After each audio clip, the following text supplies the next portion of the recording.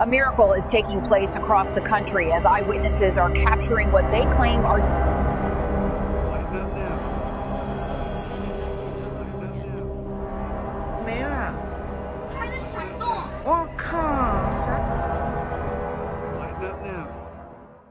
Algo muy extraño está ocurriendo. Tropas se están moviendo en silencio, buques de guerra aparecen en lugares estratégicos y los satélites captan imágenes que nadie quiere explicar.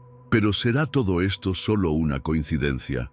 Una antigua profecía bíblica, olvidada por muchos, pero escrita hace miles de años en el libro de Ezequiel, podría estarse cumpliendo justo frente a nuestros ojos. ¿Alguna vez te has preguntado si los eventos de hoy fueron, en realidad, escritos mucho antes de suceder? Prepárate, porque lo que viene a continuación podría cambiar la forma en que ves el futuro. El mensaje de Ezequiel ya no suena como una visión lejana del futuro. Muchos creen que está materializándose paso a paso ante nuestros ojos. Y si ese es el caso, entonces no estamos frente a una simple escalada militar. Estamos al borde de un enfrentamiento definitivo, la antesala del día del Señor. En cada rincón del planeta, desde los centros financieros más poderosos hasta pueblos olvidados, desde sedes de gobierno hasta congregaciones clandestinas, una inquietud silenciosa se apodera de las personas. Es una sensación difícil de explicar, pero imposible de ignorar. El mundo está a punto de transformarse de forma irreversible. No se trata solamente de sismos, lluvias extrañas o sonidos misteriosos en los cielos. Es esa impresión interna, casi espiritual, de que lo conocido está llegando a su fin. Los mercados reaccionan con inestabilidad creciente. Expertos financieros reconocen que las fórmulas tradicionales ya no funcionan. El valor del petróleo fluctúa sin patrón. El oro, de repente, vuelve a ser el refugio por excelencia. En los pasillos del poder, algunos aseguran que líderes globales se están preparando para un acontecimiento de magnitud histórica, aunque evitan dar detalles. Simultáneamente, voces espirituales han comenzado a emitir mensajes enigmáticos. En Roma, miembros del clero han insinuado un inminente cambio espiritual a escala planetaria. En Jerusalén, líderes religiosos han comenzado a hablar de la cercanía de una figura mesiánica. Y en iglesias escondidas por toda China, donde la fe es perseguida, los creyentes afirman que sienten una vibración en lo alto, como si el cielo mismo estuviera a punto de romper su silencio. Pero lo que realmente estremece a millones no es solo lo que está ocurriendo, sino el hecho de que nadie parece capaz de detenerlo. Durante generaciones, las élites moldearon el relato del mundo. Hoy, incluso ellas observan en silencio, incapaces de controlar lo que se avecina. Los avances tecnológicos no logran interpretar las señales que aparecen en los cielos. La ciencia, acostumbrada a ofrecer respuestas, guarda silencio ante lo inexplicable. Los esfuerzos diplomáticos que antes contenían crisis, hoy resultan estériles. Y hasta la propia naturaleza actúa como si hubiese roto sus cadenas. El temor más profundo no nace de lo visible, sino de lo desconocido. No de lo que podemos nombrar, sino de lo que se escapa a nuestra comprensión. Los antiguos ya hablaron de este tiempo. En Lucas 21:26 está escrito: los hombres desfallecerán de terror y ansiedad por lo que vendrá sobre el mundo. Este miedo no se limita a una persona o una ciudad. Atraviesa continentes, paraliza gobiernos y sacude civilizaciones enteras. Pero hay una dimensión aún más inquietante en este temor: el presentimiento de que fuimos advertidos y no escuchamos. Las señales han estado aquí desde siempre, en las páginas sagradas, en los registros históricos, en el susurro de la conciencia. Y muchos, por comodidad o incredulidad, las ignoraron. Lo que enfrentamos no es solo una emergencia climática ni una disputa geopolítica. Es un llamado espiritual que viene con fuerza, como un juicio que despierta a las almas dormidas. La tierra gime con intensidad, las naciones tambalean y el Rey se está acercando. Todo lo que hemos presenciado, desde terremotos devastadores y cielos teñidos de rojo, hasta agitaciones sociales y sueños que parecen advertencias, apunta a una verdad única e imposible de evitar. El regreso de Jesucristo está más cerca de lo que imaginamos. Pero antes, comparte este video con alguien a quien aprecias. Nuestra misión más grande en la tierra es difundir la palabra del Señor. ¿Sabías que muchas personas carecen de conocimientos por falta de contenido adecuado? Envíalo a ese grupo de WhatsApp o públicalo en Facebook. Estoy seguro de que no te arrepentirás. Y si te gustan videos como este, comenta abajo, quiero más. Así sabré si realmente lo disfrutas y definitivamente traeré contenido nuevo similar.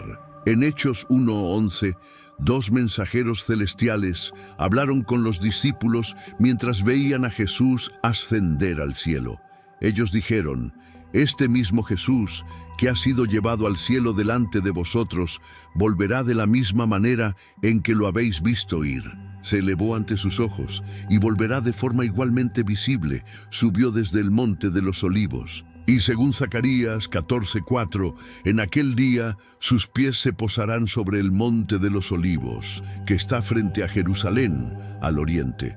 En este mundo actual, vemos cada vez más personas yendo en contra de los principios tradicionales, y parece que lo inmoral está cada vez más presente. Es común sentirse desorientado y sin rumbo. Sin embargo, aún existe un camino para recuperar la verdadera esencia y restablecer los principios éticos en nuestra rutina diaria. Si te sientes perdido en medio de la confusión y deseas más claridad, tenemos algo especial para ti, un recurso creado especialmente para ayudarte a comprender el significado de estos desafíos actuales y enfrentarlos con sabiduría y valentía. Este es el verdadero valor de Caminos de la Revelación, descifrando la Biblia por completo, un camino hacia la claridad y la serenidad a través de sus enseñanzas. Lo mejor de todo es que está disponible ahora, como un regalo, en el primer comentario fijado. No pierdas esta oportunidad de transformar tu vida y descubrir el propósito genuino de estos desafíos.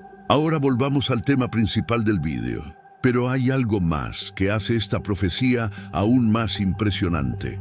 Bajo ese mismo monte, los geólogos han identificado una falla tectónica enorme.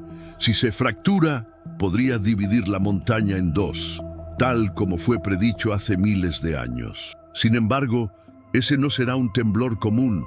Será un estremecimiento fuera de toda lógica humana, un evento sobrenatural, un mensaje desde lo alto, proclamando que el Rey ha vuelto. El libro de Apocalipsis, capítulo 19, verso 11, lo describe con poder.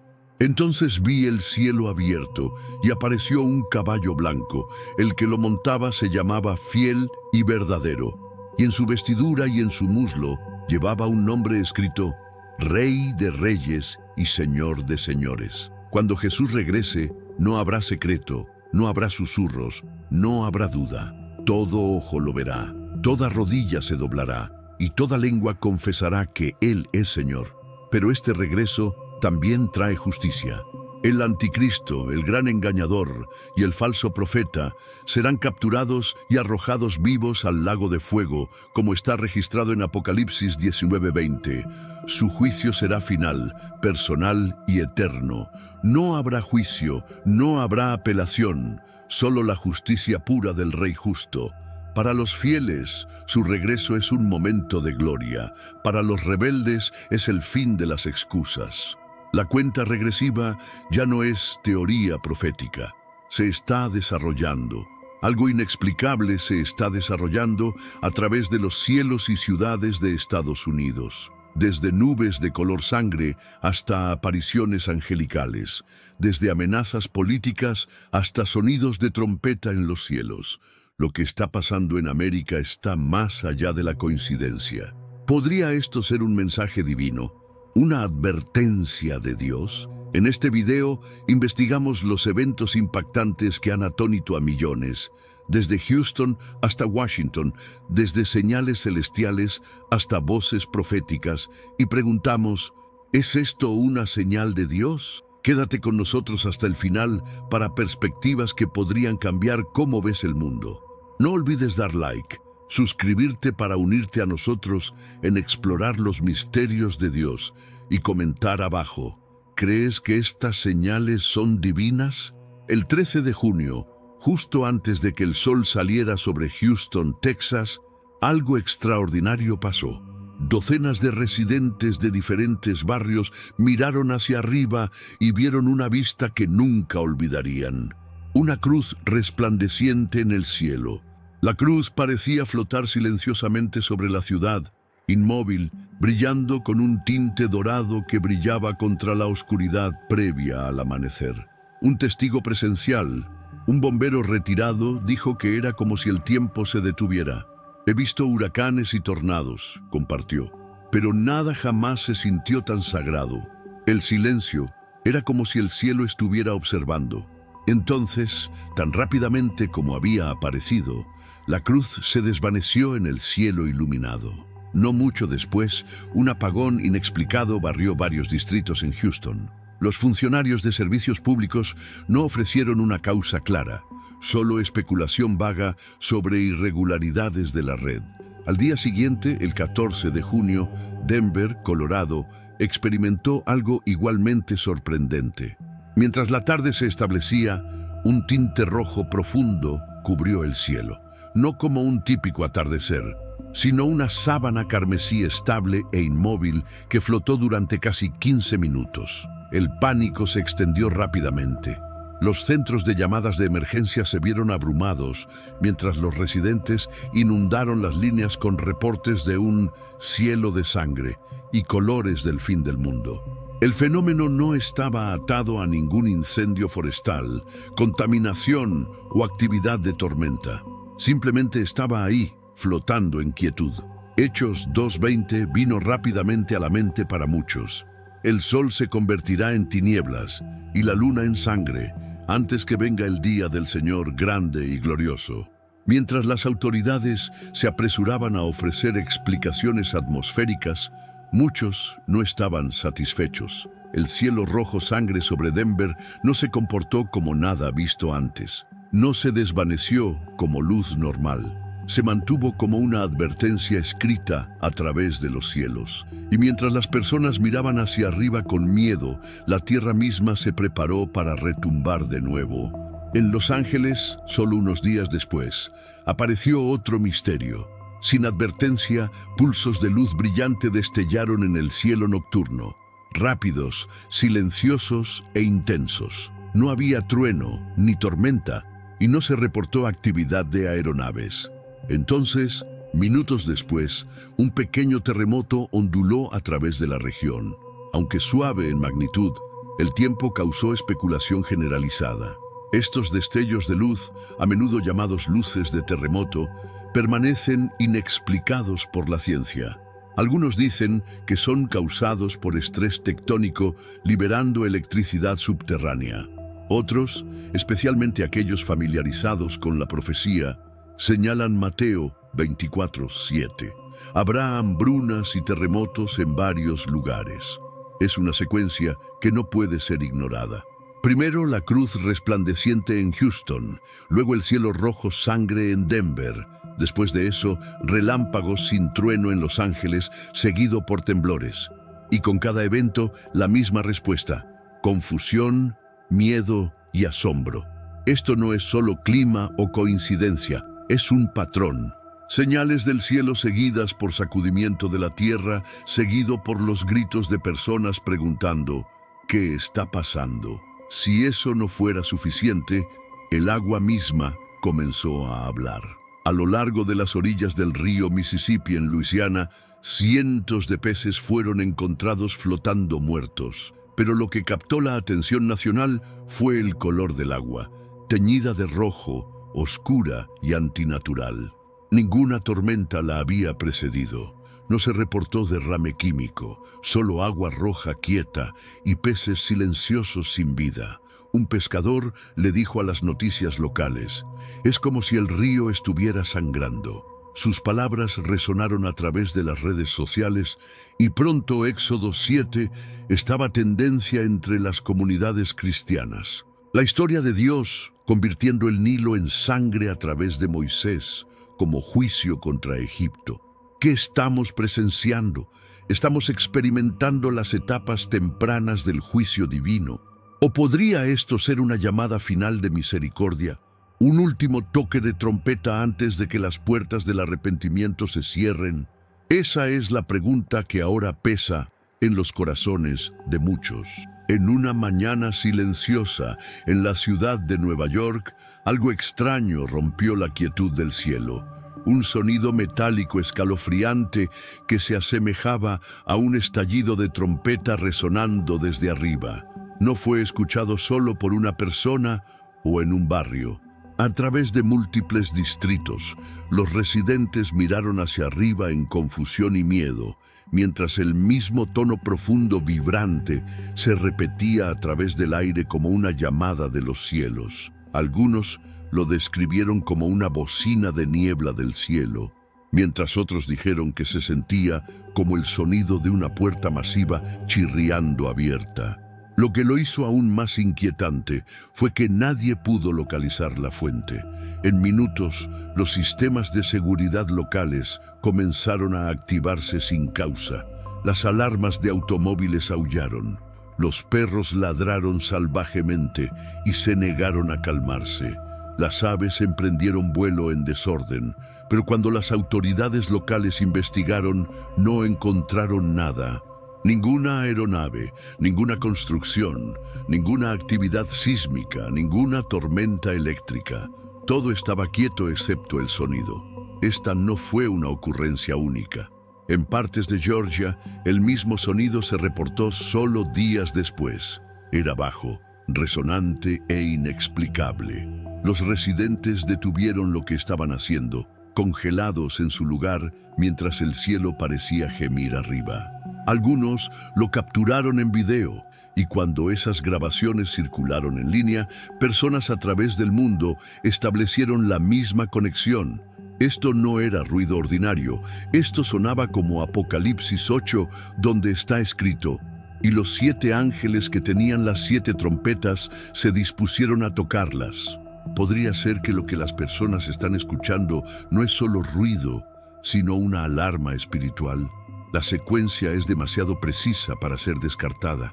Primero vino la señal en el cielo, una cruz resplandeciente, un horizonte rojo sangre, luego el sonido, una trompeta sin fuente resonando a través de ciudades y ahora el agua, roja como sangre, sin vida y antinatural.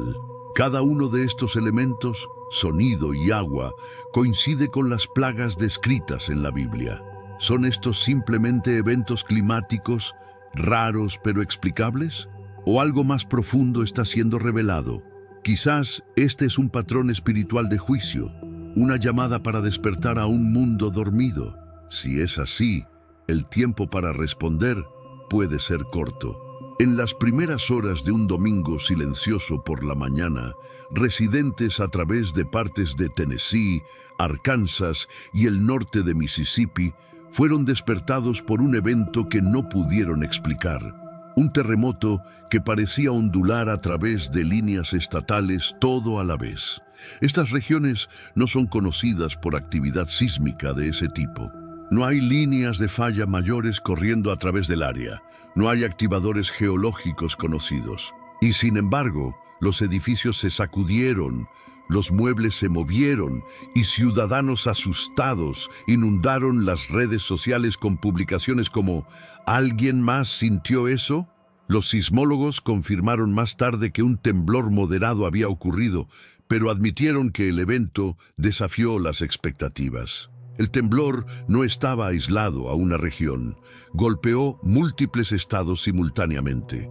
Un experto confesó: simplemente no hay razón tectónica para que esto haya pasado de la manera que lo hizo. El misterio se profundizó cuando no siguieron réplicas y no se identificó un epicentro claro. Este no fue una anomalía localizada. Fue como si la tierra misma gimiera todo a la vez. La Biblia habla de tales momentos en Romanos 8:22, donde dice: «Sabemos que toda la creación gime a una, y a una está con dolores de parto hasta ahora». La idea de que la tierra no es una pieza pasiva de roca, sino un recipiente creado respondiendo al peso del pecado humano, ya no es una imagen poética. Se está desarrollando ante nuestros propios ojos. Pero el sacudimiento de la tierra no fue la única señal de angustia. Miles de millas de distancia, en las profundidades del Océano Pacífico, emergió otra advertencia, esta vez del mar. Un colapso submarino súbito fue detectado en el borde occidental de la placa del Pacífico, activando una alerta de tsunami localizada. Afortunadamente, ninguna área costera fue golpeada con olas mortales, pero lo que los instrumentos registraron después alarmó a los oceanógrafos. Siguiendo el movimiento sísmico, las temperaturas profundas del océano se dispararon anormal y rápidamente. Al mismo tiempo, grandes bolsas de gas metano fueron liberadas del lecho marino, un evento raramente visto en tal volumen o velocidad. Esto no fue solo perturbación del agua, fue un desplazamiento violento desde abajo, una ruptura ancestral, trayendo consigo los gases de la muerte. Los científicos advirtieron de consecuencias potenciales a largo plazo para los ecosistemas marinos. Pero ojos espirituales vieron algo aún más ominoso.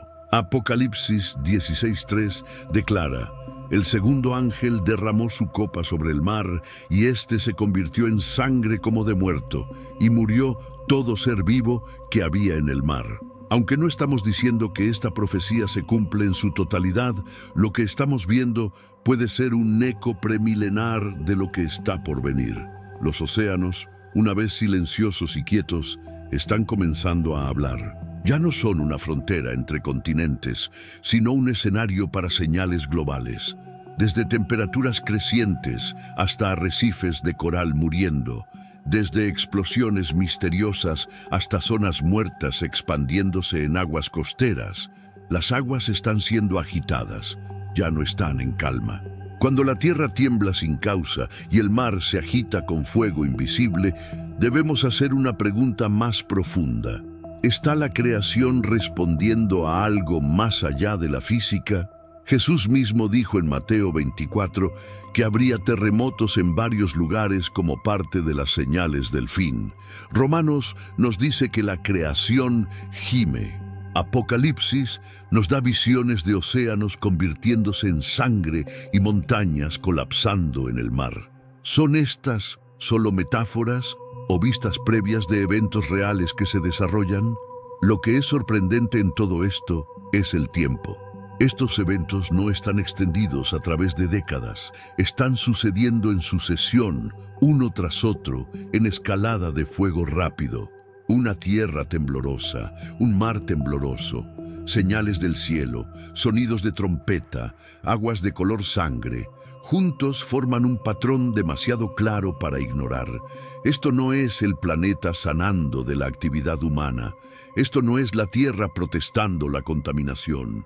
Es algo más, es un grito, una advertencia. La tierra no está rota, está alerta. La creación no es aleatoria, es profética. Y el reloj profético está corriendo.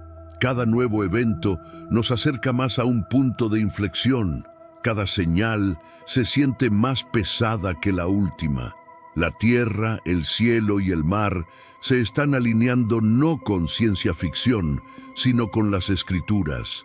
El juicio no es un futuro distante, se está acercando, pero incluso ahora el sacudimiento puede ser todavía un grito de misericordia, una llamada al arrepentimiento antes de que los sellos finales sean rotos. ¿Estamos escuchando o todavía estamos esperando el próximo temblor para despertarnos? El 13 de julio, los titulares una vez más se dirigieron hacia el presidente Donald Trump, pero no por un mitin, un debate político o incluso una audiencia judicial. Esta vez fue por una declaración escalofriante hecha por un asesor del gobierno iraní. En una transmisión pública, el funcionario advirtió que Trump ya no puede tomar el sol en Mar-a-Lago porque un microdrón podría golpearlo justo en el ombligo. Las palabras no estaban encubiertas en matiz diplomático, eran claras, dirigidas y profundamente personales. Esto no es solo otra tensión geopolítica, no es business as usual en la política del Medio Oriente.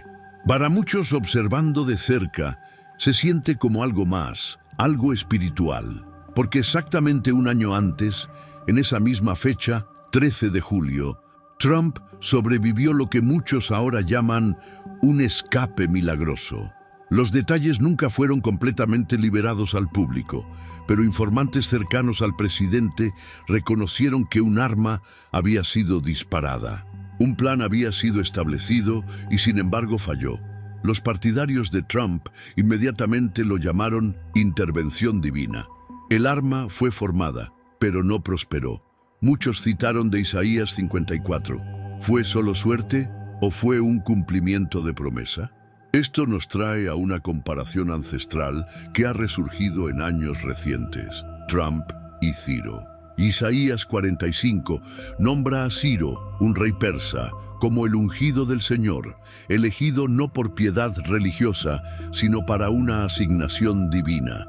Como Ciro, Trump ha sido visto por algunos como un líder secular siendo usado por Dios para propósitos mucho más allá de su comprensión, cuando reconoció a Jerusalén como la capital de Israel.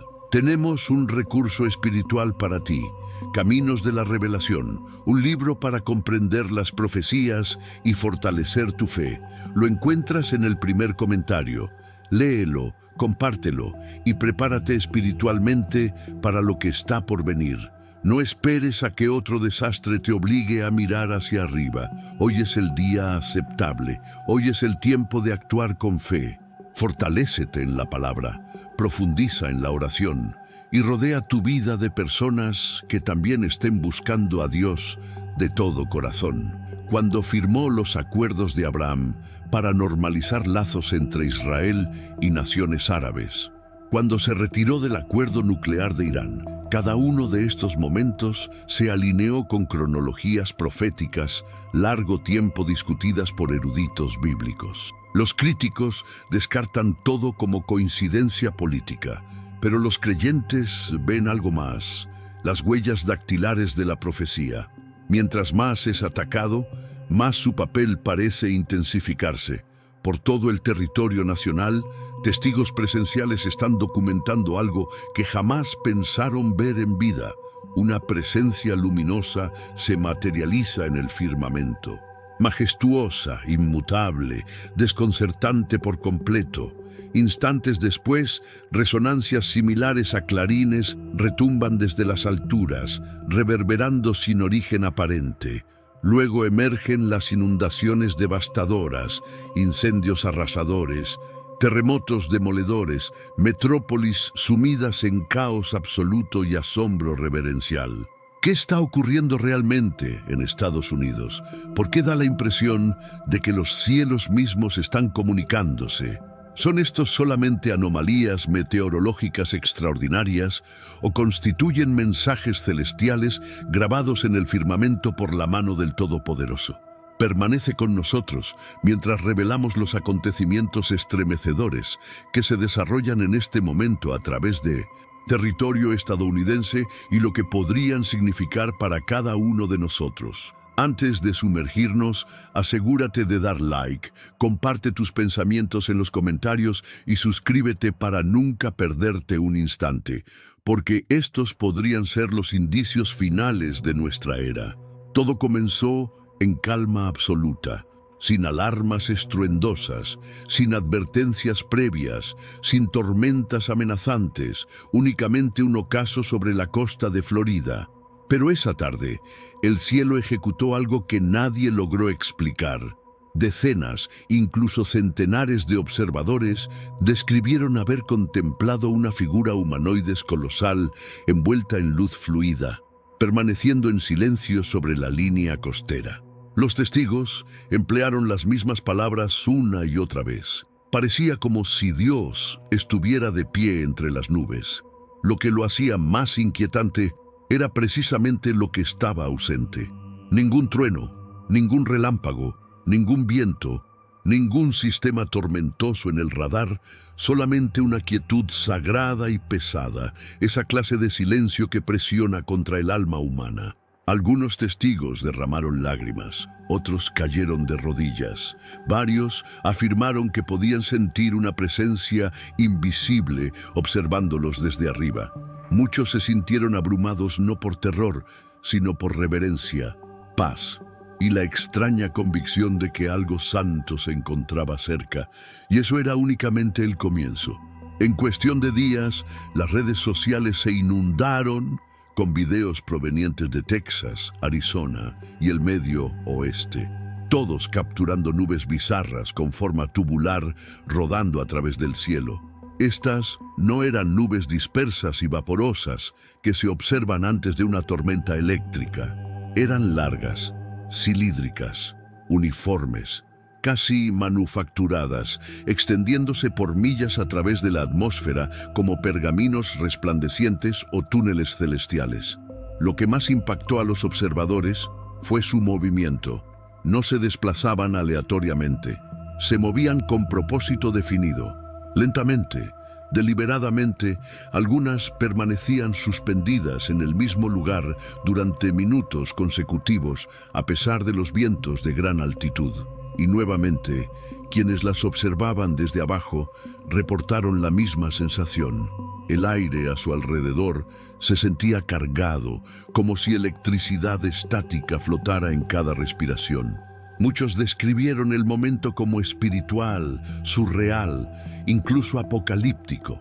Los expertos meteorológicos se apresuraron a ofrecer explicaciones. Algunos culparon a eventos raros de cizalladura del viento.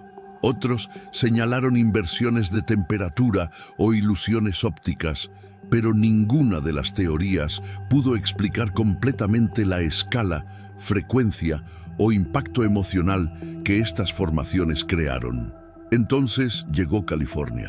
En una noche por lo demás tranquila, luces sísmicas atravesaron los cielos del condado de Los Ángeles. Explosiones azul-blancas como relámpagos, pero sin truenos, parpadearon sobre los tejados segundos antes de que el suelo comenzara a temblar. Algunos pensaron que era una sobrecarga eléctrica. Otros asumieron que un transformador había explotado. Pero cuando los videos emergieron en línea, la verdad se volvió innegable. Las luces estaban en el cielo y no tenían origen claro. Los científicos lo etiquetaron como un fenómeno raro de luces sísmicas, algo vagamente relacionado con la actividad sísmica. Pero incluso ellos admitieron, todavía no entendemos completamente cómo o por qué sucede. Entonces, ¿cuál es el patrón? Primero, una figura resplandeciente en las nubes, luego formaciones con forma de pergamino apareciendo a través de múltiples estados, y ahora destellos aéreos precediendo temblores terrestres, cada uno desafiando las expectativas naturales.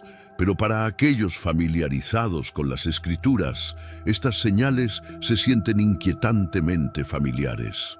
En el libro de Joel, Dios declara: «Haré prodigios en los cielos y en la tierra, sangre y fuego y columnas de humo.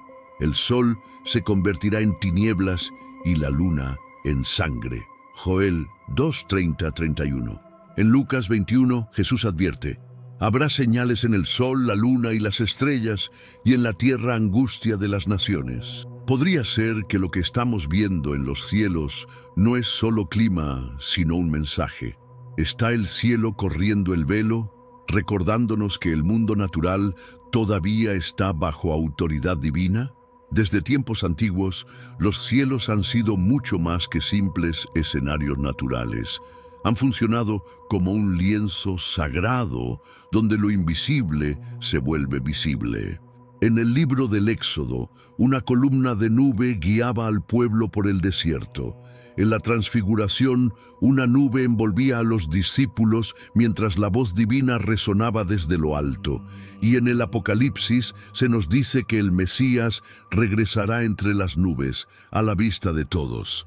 Entonces hoy surge una pregunta inquietante. ¿Estas formaciones celestes son solo fenómenos climáticos? ¿O podrían ser mensajes silenciosos desde el trono eterno? Porque algo es seguro. El firmamento está comunicando algo y el planeta entero comienza a prestarle atención. Justo cuando los cielos comenzaron a mostrar figuras extrañas y destellos enigmáticos, un fenómeno aún más perturbador empezó a recorrer Estados Unidos. No era algo visible, era algo que se escuchaba. En lugares como Nueva York, Kansas y Florida, cientos de personas reportaron haber oído algo escalofriante, sonidos metálicos profundos, vibraciones misteriosas y, lo más inquietante, un estruendo parecido al de trompetas resonando desde el cielo, como si algo estuviera anunciándose desde lo alto. Estos sonidos llegaban sin previo aviso, normalmente durante la madrugada o al caer la noche, dejando barrios enteros perplejos. No había espectáculos aéreos, ni simulacros militares, ni tormentas, ni fábricas operando cerca. Y sin embargo, el estruendo era tan fuerte que hacía vibrar ventanas, activaba alarmas y causaba pánico entre los animales. Perros ladraban sin control, las aves escapaban en bandadas como si presintieran un desastre. En algunos casos, el sonido permanecía por varios minutos, disminuyendo y luego volviendo, como si estuviera respirando. Quienes lo escucharon de cerca coinciden en algo. No parecía un simple ruido, era como si el cielo hablara, una voz, un llamado, una advertencia, imposible de ignorar. Los videos empezaron a multiplicarse en redes sociales. Algunos mostraban sonidos que recordaban a metal retorciéndose. Otros parecían un cuerno gigantesco que atravesaba las nubes. Y aunque las explicaciones escaseaban, el sentimiento general era uno. Eso no era normal y no era humano. Varias personas contaron haber sentido una presencia, como si algo o alguien los estuviera observando desde arriba. Otros describieron una sensación de juicio, como si cada latido del cielo confrontara sus pensamientos más profundos. Un testigo lo resumió así: era como si el cielo gritara, como si estuviera tratando de despertarnos antes de que sea tarde. Y quienes conocen las Escrituras lo reconocieron al instante. Miles de años atrás, en el monte Sinaí, cuando Dios descendió, no solo se vieron rayos y fuego, hubo un sonido, el de una trompeta, no tocada por manos humanas, que hizo temblar al pueblo de Israel hasta los huesos. Más adelante, en Apocalipsis capítulos 8 al 11, las trompetas vuelven a sonar. Pero esta vez, cada una desata una etapa del juicio celestial sobre la tierra. Fuego, destrucción, caos cósmico. Todo empieza con una nota que resuena en el cielo. Y la última trompeta, la séptima, es la más importante. Marca el regreso de Cristo para reclamar su trono, no como Salvador sufriente, sino como Rey de Reyes. Entonces la pregunta ya no es si los sonidos que estamos escuchando son reales. La verdadera pregunta es: ¿estamos siendo testigos de los ecos de esa última trompeta? ¿Es esta la señal previa al regreso del Rey? ¿Estamos oyendo, en tiempo real, el anuncio final antes del gran juicio? ¿Sabías que Jesús ya existía mucho antes de nacer en Belén? Esta es una pregunta profunda que ha inquietado a teólogos durante siglos. ¿Su identidad comenzó únicamente cuando María lo dio a luz en aquel humilde establo? ¿O hay algo infinitamente más profundo en su esencia divina? Esto no es una simple curiosidad. Es una interrogante que ha dividido iglesias, ha generado debates durante milenios y ha transformado la vida de millones de personas alrededor del mundo. Quédate conmigo por unos minutos. Lo que vas a descubrir hoy no solo puede revolucionar tu comprensión de las Escrituras, sino también cambiar para siempre tu relación personal con Cristo. Imagina por un instante que pudieras viajar en el tiempo, retroceder miles de años, incluso antes de la creación del universo, y presenciar una conversación entre el Padre, el Hijo y el Espíritu Santo, un plan eterno, pensado por amor a ti. Escuchas a Jesús decir: yo iré, yo me haré humano, yo moriré por ellos. Eso no es una historia, es real y tiene todo que ver contigo. Embárcate conmigo en esta travesía. Vamos a explorar uno de los misterios más poderosos de la fe cristiana. Y te aseguro, cada segundo que inviertas aquí valdrá la pena. Durante milenios, las mentes más brillantes de la humanidad se han formulado interrogantes fascinantes sobre el Cristo. ¿De dónde procedía exactamente? ¿Por cuánto tiempo ha mantenido su existencia? ¿Cuáles eran sus actividades específicas en la eternidad pasada? Pero aquí está la revelación que cambiará tu perspectiva. Jesús mismo proporcionó respuestas detalladas a estos enigmas. Las Sagradas Escrituras nos ofrecen indicios extraordinarios que la mayoría de los cristianos jamás han descubierto. Permíteme compartir contigo una historia que ilustra perfectamente este misterio. En el año 325 d.C., el emperador romano Constantino convocó el concilio de Nicea precisamente para resolver esta pregunta: ¿quién era realmente Jesús antes de nacer? Los debates fueron tan intensos que algunos teólogos literalmente se pelearon físicamente en el concilio. ¿Por qué? Porque entender la identidad preencarnada de Jesús determina completamente nuestra comprensión de la salvación, de Dios y de nuestro propósito eterno. Iniciemos con lo fundamental. El nombre Jesús tiene sus raíces en el término griego Yesous, que deriva del hebreo Yeshua. Pero aquí viene el detalle fascinante que la mayoría desconoce. Yeshua no es simplemente un nombre, es una declaración profética que significa Yahvé es salvación. Cada vez que alguien pronunciaba Jesús en el primer siglo, estaba declarando involuntariamente que Yahvé mismo había venido a salvar. Era una confesión teológica oculta en un nombre común. Sin embargo, aquí surge el detalle que transformará tu comprensión. La existencia de nuestro Salvador no tuvo su inicio en aquella noche estrellada de Belén. Las Escrituras nos revelan categóricamente que Él ya existía muchísimo antes de aquel momento sagrado en el pesebre. De hecho, la Biblia nos enseña que Jesús es el mismo ayer, hoy y para siempre. Hebreos 13:8. Esto significa que el Jesús que caminó por las calles de Jerusalén es exactamente el mismo que existía antes de la creación del tiempo mismo. Entonces, ¿cómo era llamado durante esa época previa a la encarnación? Aquí está la revelación extraordinaria. No se trata de un único nombre. Son 3 designaciones diferentes y poderosas, cada una revelando aspectos únicos de su naturaleza divina.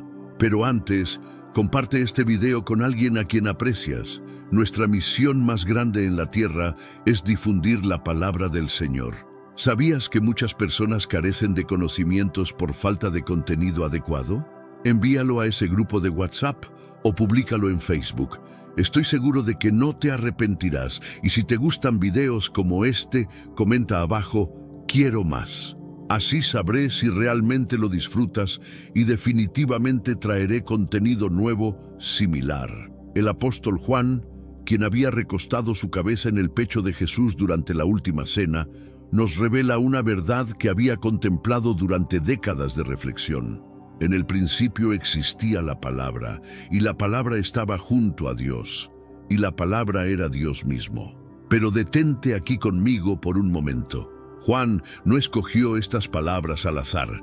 Cada término griego fue seleccionado meticulosamente para revelar verdades profundas sobre la identidad eterna de Jesús. Cuando Juan escribió en el principio, utilizó la palabra griega arche. Esta no se refiere simplemente a un punto de partida cronológico, sino al principio absoluto de todo lo que existe. Juan está declarando que cuando absolutamente nada existía, ni tiempo, ni espacio, ni materia, la palabra ya estaba allí. Imagínate por un momento la escena. Antes de que existiera el primer átomo, antes de que se formara la primera galaxia, antes de que el tiempo mismo comenzara a fluir, allí estaba Jesús, la palabra eterna, en perfecta comunión con el Padre. Pero ¿por qué llamarlo la palabra? ¿Por qué no utilizar otro término como el príncipe o el rey?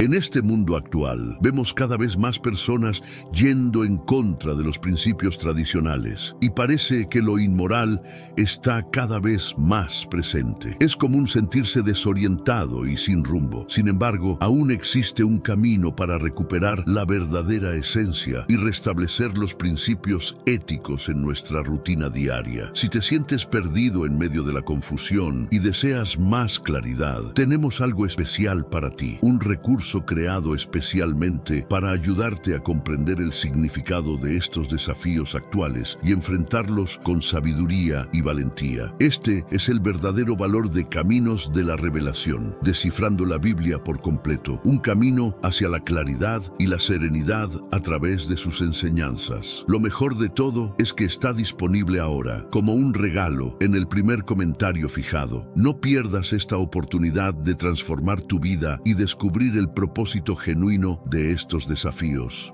Ahora volvamos al tema principal del vídeo. Aquí es donde la narrativa se vuelve absolutamente fascinante. En las civilizaciones antiguas, especialmente en la cultura hebrea, las palabras no eran simplemente sonidos o símbolos escritos. Las palabras poseían poder creativo real. Cuando Dios habló en Génesis 1, sus palabras literalmente crearon la realidad. Y dijo Dios, sea la luz, y fue la luz. No hubo esfuerzo, no hubo lucha, no hubo herramientas. Simplemente la palabra y la creación respondió instantáneamente. Jesús es llamado la palabra, porque Él es la expresión completa y perfecta de todo lo que Dios desea comunicar a la humanidad.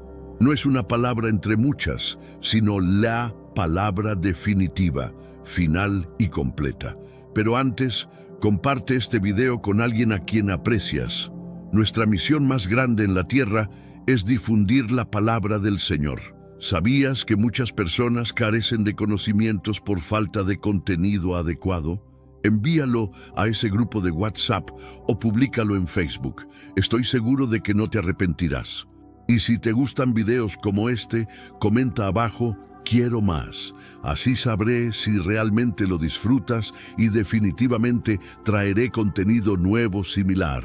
Pero aquí está el detalle que revolucionará tu comprensión. El Nuevo Testamento emplea dos vocablos griegos completamente diferentes para describir la palabra de Dios, rema y logos. Rema se refiere a una palabra específica hablada en un momento particular. Por ejemplo, cuando el ángel Gabriel anunció a María que concebiría al Hijo de Dios, ella respondió, hágase conmigo conforme a tu rema.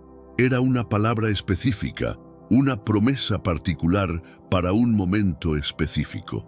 Pero logos trasciende completamente esta definición. Logos no representa solamente una palabra aislada, sino la razón eterna, la sabiduría suprema, el plan maestro que existía en la mente de Dios desde antes de la creación. Es la suma total de todo lo que Dios desea revelar sobre sí mismo. Los filósofos griegos habían especulado durante siglos sobre el logos como el principio racional que gobierna el universo. Pero Juan, bajo inspiración divina, declaró algo revolucionario. Ese logos que han estado buscando, ese principio eterno que da sentido a todo, no es una idea abstracta, es una persona, es Jesús. Cuando Juan escribió y el logos se hizo carne, estaba declarando que la sabiduría eterna de Dios, el plan maestro del universo, la razón misma de la existencia, se había convertido en un ser humano que caminaba entre nosotros. Ahora permíteme llevarte a uno de los momentos más dramáticos y reveladores en toda la Biblia. Estamos en el monte Horeb, también conocido como el monte Sinaí. Moisés, un pastor de ovejas de 80 años, está realizando su rutina diaria cuando algo extraordinario captura su atención. Una zarza arde con fuego brillante, pero no se consume. Moisés se acerca para investigar este fenómeno imposible y de repente escucha una voz que le dice: Moisés, Moisés, no te acerques más, quita tu calzado, porque el lugar donde estás es tierra santa. En ese momento sagrado, Dios revela su nombre más íntimo y personal: Yo soy el que soy. En hebreo, Eyeh Asher Eyeh. Este nombre revela que Dios es el ser autoexistente, eterno, inmutable. No depende de nada ni de nadie para su existencia.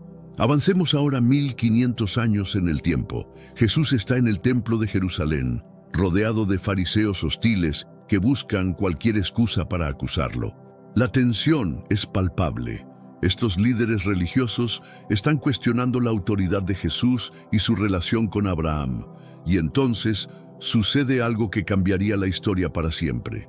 Jesús, mirando directamente a los ojos de estos líderes religiosos, pronuncia estas palabras que resuenan como un trueno en el templo. Antes que Abraham existiera, yo soy.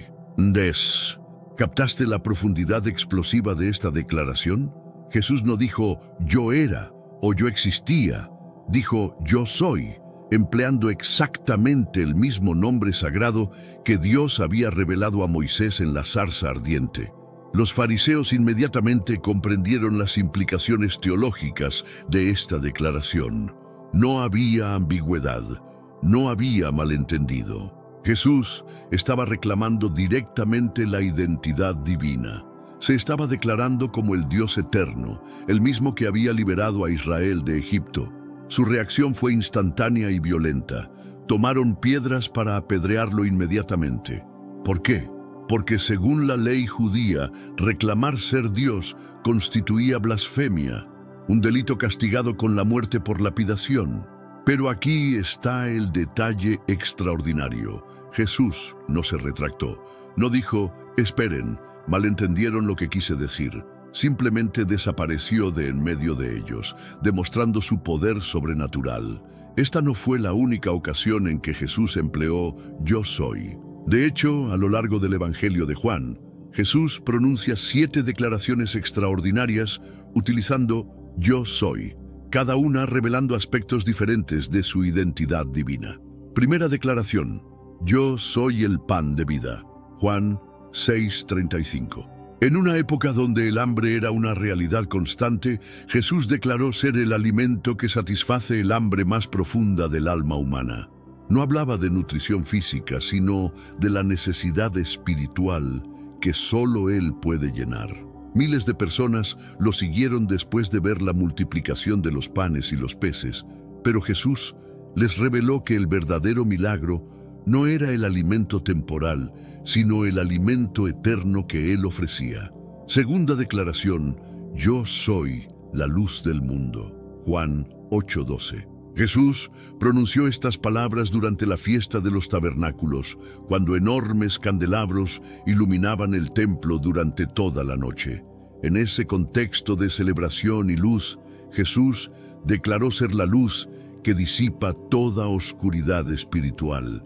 No una luz entre muchas, sino la luz que vence toda tiniebla. Tercera declaración: yo soy la puerta de las ovejas. Juan 10:7. En los tiempos bíblicos, los pastores literalmente dormían en la entrada del redil para proteger las ovejas.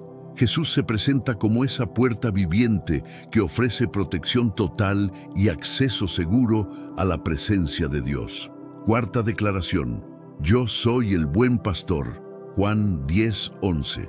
A diferencia de los pastores asalariados que huyen cuando aparece el peligro, Jesús se declara el pastor que entrega voluntariamente su vida por sus ovejas. Esta declaración señalaba directamente hacia el sacrificio que realizaría en la cruz. Quinta declaración: yo soy la resurrección y la vida. Juan 11:25. Jesús pronunció estas palabras ante la tumba de Lázaro, momentos antes de resucitarlo. No dijo que daría vida o que conocía el camino a la vida, sino que Él es la vida misma. La vida eterna no es algo que Jesús posee, sino algo que Él es. Sexta declaración: yo soy el camino, la verdad y la vida. Juan 14:6. Esta es quizás la declaración más exclusiva en toda la Biblia. Jesús no ofreció múltiples opciones o caminos alternativos. Declaró ser el único camino posible al Padre, la única verdad absoluta y la única fuente de vida eterna. Séptima declaración: yo soy la vid verdadera. Juan 15:1. En esta metáfora final, Jesús enfatiza que la vida espiritual verdadera solo es posible en una relación íntima con Él. Sin esta conexión es imposible producir fruto espiritual auténtico. Ahora permíteme llevarte a una revelación que ha fascinado a los eruditos bíblicos durante siglos. A lo largo de las páginas del Antiguo Testamento encontramos apariciones verdaderamente misteriosas de una figura extraordinaria designada como el ángel del Señor. Pero aquí viene el descubrimiento que transformará tu comprensión de toda la Biblia. Este no es un ángel común y corriente. Este ángel del Señor era en realidad Jesús manifestándose antes de su encarnación, apareciendo a personajes clave siglos antes de su nacimiento en Belén. Comencemos con Génesis capítulo 16. Agar, la sierva egipcia de Sara, huye al desierto después de ser maltratada. Está desesperada, embarazada y completamente sola. En ese momento de absoluta desolación, el ángel del Señor se le aparece junto a una fuente de agua, pero observa cuidadosamente lo que sucede.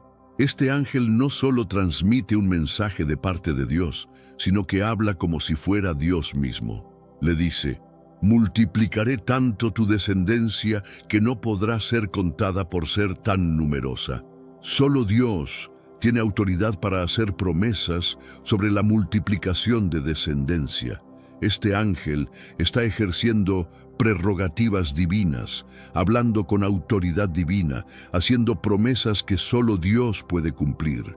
En Génesis capítulo 22 encontramos una de las escenas más dramáticas de toda la Biblia. Dios ha pedido a Abraham que sacrifique a Isaac, su hijo de la promesa. Abraham, en obediencia total, construye un altar y está a punto de sacrificar a su hijo cuando el ángel del Señor interviene. Abraham, Abraham, no extiendas tu mano sobre el muchacho, ni le hagas nada, porque ya conozco que temes a Dios, por cuanto no me rehusaste tu hijo, tu único. Nuevamente, este ángel habla como si fuera Dios mismo. Dice: ya conozco que temes a Dios, por cuanto no me rehusaste tu hijo. Si fuera simplemente un mensajero angélico, habría dicho: no le rehusaste a Dios tu hijo. Pero habla en primera persona, identificándose como Dios. En Génesis capítulo 32 encontramos uno de los episodios más misteriosos de toda la Biblia. Jacob lucha toda la noche con un hombre misterioso junto al río Jaboc. Pero al amanecer, Jacob se da cuenta de que no ha luchado con un hombre común, sino con Dios mismo. Jacob declara: vi a Dios cara a cara, y fue librada mi alma, y el lugar es llamado Peniel, que significa rostro de Dios. Pero ¿cómo es posible que Jacob luchara físicamente con Dios? La respuesta es que luchó con Jesús preencarnado, quien tomó forma humana temporal para este encuentro extraordinario. Ya mencionamos este encuentro, pero consideremos más profundamente las implicaciones. En Éxodo capítulo 3, Moisés se encuentra con el ángel del Señor en la zarza ardiente. Pero observa la transición en el texto. Comienza hablando del ángel del Señor, pero inmediatamente cambia a Dios le habló desde la zarza. Este ángel del Señor se identifica como Yo soy el que soy, el nombre más sagrado de Dios. Nuevamente, encontramos evidencia de que este ángel no es un mensajero creado, sino una manifestación del Dios eterno. En Josué capítulo 5, mientras Josué se prepara para la conquista de Jericó, se encuentra con un hombre que empuña una espada.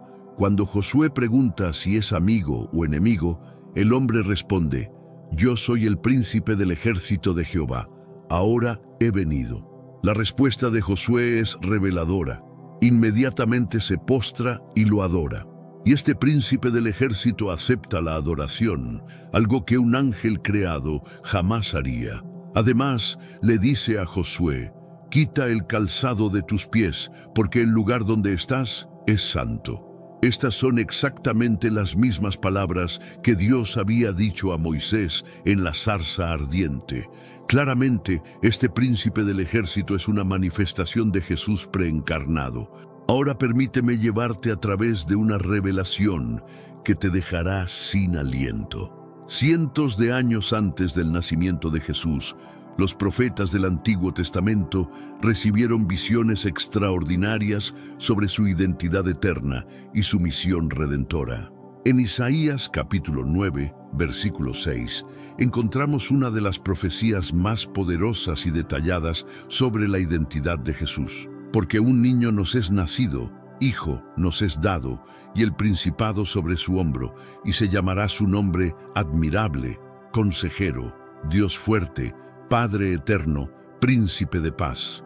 Tenemos un recurso espiritual para ti, Caminos de la Revelación, un libro para comprender las profecías y fortalecer tu fe. Lo encuentras en el primer comentario. Léelo, compártelo y prepárate espiritualmente para lo que está por venir. No esperes a que otro desastre te obligue a mirar hacia arriba. Hoy es el día aceptable, hoy es el tiempo de actuar con fe. Fortalécete en la palabra, profundiza en la oración y rodea tu vida de personas que también estén buscando a Dios de todo corazón. Detengámonos en cada título, porque cada uno revela aspectos extraordinarios de la naturaleza divina de Jesús. Admirable, en hebreo, pele, que significa milagro o maravilla. Jesús es literalmente milagroso en su esencia. Todo en él trasciende la comprensión humana normal. Consejero, en hebreo, yoetz, que se refiere a alguien que da consejos sabios y estratégicos. Jesús posee la sabiduría suprema del universo y ofrece dirección perfecta para nuestras vidas. Dios fuerte, en hebreo, el Gibor. Esta es una designación que se usa exclusivamente para Dios Todopoderoso. Isaías está declarando inequívocamente que este niño que nacerá es Dios mismo manifestado en carne humana, Padre eterno, en hebreo, Avi-Ad, que significa Padre de la eternidad. Jesús no solo existe eternamente, sino que es el originador y sustentador de todo lo que existe para siempre. Príncipe de paz, en hebreo, Sar Shalom. Jesús es el gobernante supremo que establece paz verdadera y duradera, no solo entre naciones, sino entre Dios y la humanidad. En Miqueas capítulo 5, versículo 2, encontramos otra profecía extraordinaria que revela la preexistencia eterna de Jesús. Pero tú, Belén Efrata, pequeña para estar entre las familias de Judá, de ti me saldrá el que será Señor en Israel. Y sus salidas son desde el principio, desde los días de la eternidad. La frase «desde los días de la eternidad» es absolutamente extraordinaria. En hebreo, mi-mei olam, que literalmente significa «desde los días sin principio». Miqueas está declarando que aunque Jesús nacería en Belén, su existencia se remonta a la eternidad pasada. En Daniel capítulo 7, versículos 13-14, encontramos una visión profética extraordinaria.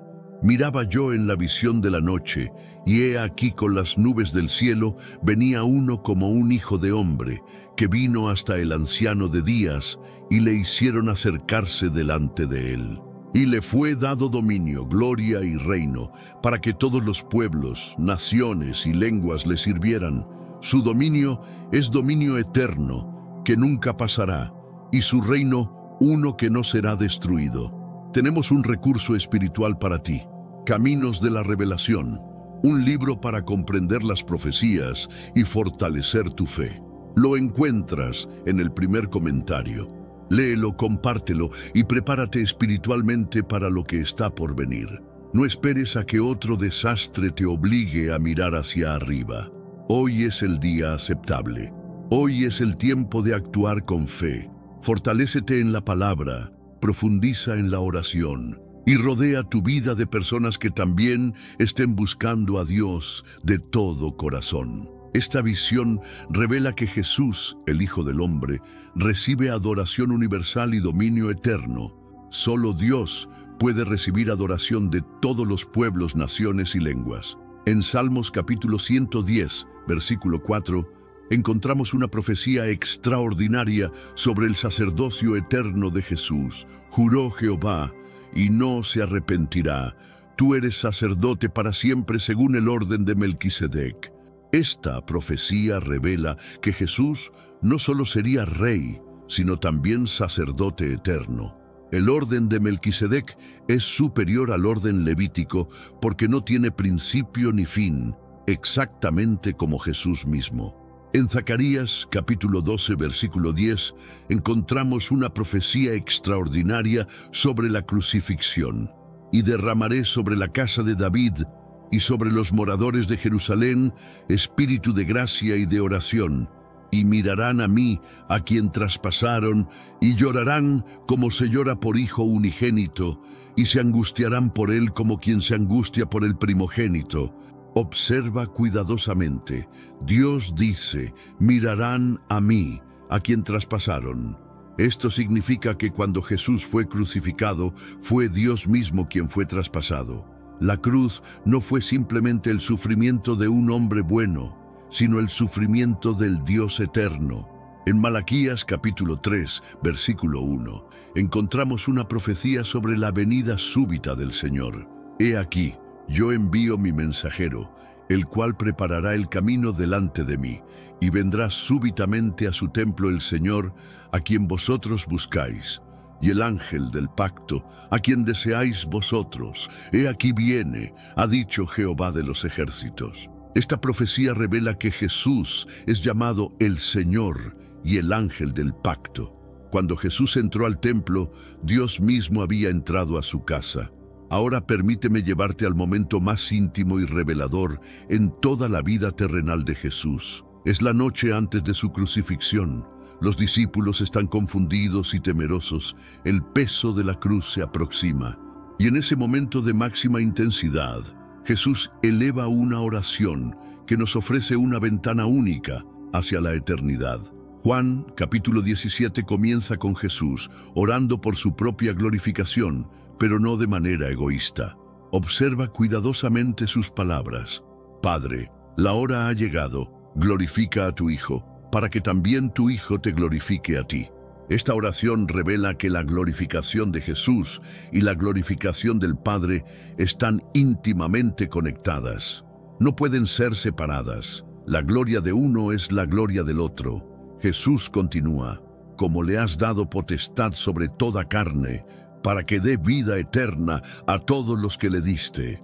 Aquí Jesús revela que tiene autoridad sobre toda la humanidad. Esta no es una autoridad otorgada recientemente, sino una autoridad eterna que ahora se manifiesta en su ministerio terrenal. En el versículo 3, Jesús proporciona la definición más clara de la vida eterna en toda la Biblia.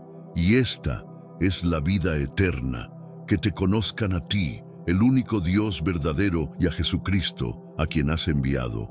La vida eterna no es simplemente existir para siempre.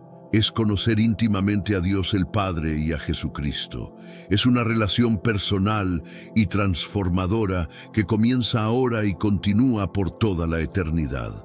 En el versículo 4, Jesús declara, «Yo te he glorificado en la tierra, he acabado la obra que me diste que hiciese». Pero ¿cómo puede Jesús decir que ha acabado la obra antes de morir en la cruz? Porque desde la perspectiva de la eternidad, la obra de salvación ya estaba completa. Jesús habla desde la perspectiva divina, donde el pasado, presente y futuro son una realidad simultánea. Y ahora viene la petición más extraordinaria en toda la Biblia. En el versículo 5 Jesús ora: Ahora pues, Padre, glorifícame tú al lado tuyo, con aquella gloria que tuve contigo antes que el mundo fuese. Esta oración revela verdades extraordinarias. Jesús existía antes de la creación del mundo. No comenzó a existir en Belén, sino que existía en la eternidad pasada. Jesús tenía gloria compartida con el Padre. Esta no era una gloria menor o derivada, sino gloria divina plena. Jesús temporalmente había dejado esta gloria. Su encarnación implicó un despojo voluntario de su gloria visible. Jesús anticipaba regresar a esta gloria. Después de completar su obra redentora, regresaría a la gloria eterna. En los versículos 6-19, Jesús ora específicamente por sus discípulos. Pero lo extraordinario es que habla de ellos como regalo del Padre. He manifestado tu nombre a los hombres que del mundo me diste. Tuyos eran, y me los diste, y han guardado tu palabra. Esta oración revela que la salvación no es resultado de decisión humana únicamente, sino de la elección eterna del Padre y la obra redentora del Hijo. En los versículos 20-26, Jesús extiende su oración a todos los que creerían en Él a través del testimonio de los discípulos. Mas no ruego solamente por estos, sino también por los que han de creer en mí por la palabra de ellos. Esto significa que hace 2000 años Jesús oró específicamente por ti. Si eres creyente, fuiste incluido en esta oración intercesora antes de que nacieras. Jesús ora por la unidad de todos los creyentes, para que todos sean uno, como tú, oh Padre, en mí y yo en ti, que también ellos sean uno en nosotros, para que el mundo crea que tú me enviaste. Esta unidad no es organizacional, sino espiritual. Es una unidad que refleja la unidad eterna entre el Padre y el Hijo. La oración concluye con una revelación extraordinaria: y les he dado a conocer tu nombre y lo daré a conocer aún, para que el amor con que me has amado esté en ellos y yo en ellos. Jesús revela que el amor entre el Padre y el Hijo es el mismo amor que puede habitar en nosotros. No es un amor similar o parecido, sino el mismo amor divino y eterno. Cuando Jesús ora: Padre Santo, a los que me has dado, guárdalos en tu nombre, no está expresando una esperanza, sino declarando una realidad eterna. Esta oración revela que la seguridad del creyente no depende de su capacidad para mantenerse fiel, sino de la fidelidad del Padre para guardar a aquellos que le fueron dados. La frase "ninguno de ellos se perdió, sino el hijo de perdición", Pinto 12, confirma que la pérdida de Judas no fue una falla en el plan divino, sino su cumplimiento. Esto nos enseña que la soberanía de Dios opera incluso a través de la traición humana. Santifícalos en tu verdad. Tu palabra es verdad. B. 17. Esta petición revela el método divino de transformación. La palabra de Dios no solo informa, sino que transforma. La santificación no es un proceso que depende de esfuerzo humano, sino de la exposición continua a la verdad divina. La palabra santificar significa separar para uso sagrado. Jesús no ora para que sus discípulos escapen del mundo, sino para que sean transformados en Él, siendo sal y luz en medio de las tinieblas. Como tú me enviaste al mundo, así yo los he enviado al mundo. 18. Esta declaración establece el fundamento de toda misión cristiana. Los discípulos no van como meros mensajeros, sino como representantes que llevan la misma autoridad y propósito que Cristo. La misión no es opcional para el creyente, es consecuencia natural de haber sido transformado por el amor divino. Así como el Padre envió al Hijo con un propósito redentor, el Hijo envía a sus discípulos con el mismo corazón redentor. La oración por la unidad no es un deseo piadoso, sino una estrategia evangelística, para que el mundo crea que tú me enviaste. Bendo 21. La unidad auténtica entre los creyentes es la evidencia más poderosa de la realidad del Evangelio. Esta unidad trasciende denominaciones, culturas y generaciones. Es una unidad que solo puede ser explicada por la presencia del mismo Espíritu que unió al Padre y al Hijo desde la eternidad. La gloria que me diste, yo les he dado. Vinto 22. Esta afirmación es quizás la más extraordinaria de toda la oración. Jesús no solo promete que sus discípulos participarán de su gloria en el futuro, sino que declara que ya les ha sido dada. Esta gloria no es una recompensa por buen comportamiento, sino una participación en la naturaleza divina misma. Es la gloria que el Hijo tenía con el Padre antes de la fundación del mundo, ahora compartida con aquellos que creen, para que el amor con que me has amado esté en ellos y yo en ellos. Mateo 26. Aquí llegamos al corazón mismo de la oración sacerdotal. El amor entre el Padre y el Hijo no es solo un ejemplo para nosotros, sino la realidad que puede habitar en nosotros. Este amor no es una emoción humana elevada, sino el amor que existía antes de la creación, el amor que motivó la encarnación, el amor que sostuvo a Cristo en la cruz, y el amor que garantiza nuestra glorificación eterna. Si entendemos que hace 2000 años Jesús oró específicamente por nosotros, nuestra perspectiva de la vida cristiana cambia radicalmente. No somos huérfanos espirituales tratando de encontrar nuestro camino, sino hijos amados, por los cuales el Hijo intercede continuamente. Cada desafío que enfrentamos, cada tentación que resistimos, cada acto de obediencia que realizamos, está respaldado por la oración intercesora de Cristo. Esta verdad debe llenarnos de confianza y valor. En un mundo dividido por ideologías, razas y clases sociales, los creyentes tenemos la oportunidad única de demostrar una unidad que trasciende todas las barreras humanas. Esta unidad no es uniformidad, sino armonía en la diversidad. Si hemos sido enviados como Cristo fue enviado, nuestra vida debe reflejar el mismo amor, la misma compasión y la misma determinación que caracterizaron su ministerio. No somos llamados a ser perfectos, sino a ser auténticos portadores del amor divino. La oración sacerdotal de Juan 17 no es solo un texto para estudiar, sino una realidad para vivir. Jesús continúa intercediendo por nosotros, el Padre continúa guardándonos y su amor continúa habitando en nosotros. Que esta verdad transforme no solo nuestro entendimiento, sino nuestra manera de vivir cada dia. Mas Jesus não termina sua oração apenas com palavras de proteção. Ele avança para algo ainda mais profundo, a unidade. Para que todos sejam um como tu, ó Pai, o és em mim e eu em ti, que também eles sejam um em nós, para que o mundo creia que tu me enviaste. João 17, 21.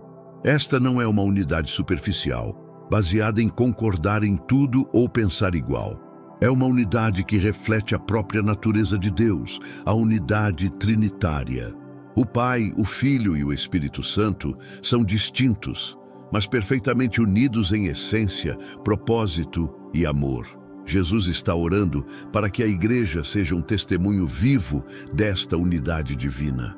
Quando os cristãos se amam genuinamente, mesmo em meio às diferenças, o mundo vê algo sobrenatural, vê uma prévia do reino de Deus. A aplicação prática. Em nossa era de polarização e divisões, esta oração nos desafia. Como podemos ser instrumentos de unidade em nossas famílias, igrejas e comunidades? Como podemos amar aqueles que pensam diferente de nós? Jesus então faz uma declaração que deveria nos deixar sem fôlego.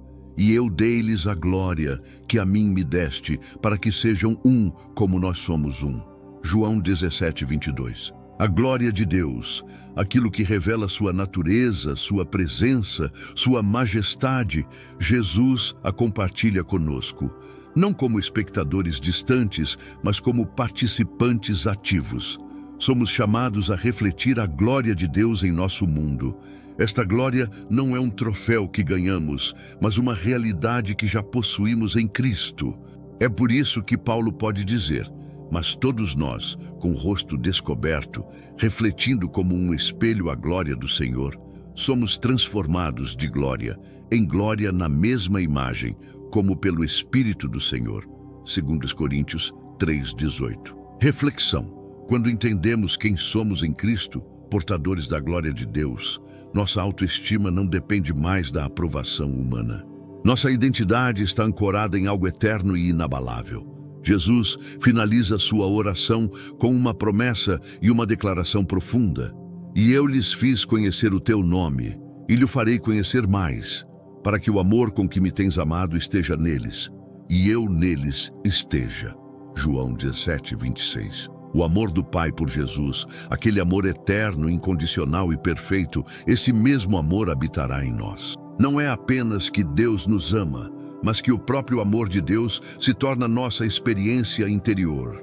Este amor não é sentimentalismo ou emoção passageira. É a força motriz que transforma comunidades, cura feridas, quebra barreiras e demonstra ao mundo que há uma realidade maior do que o que nossos olhos podem ver.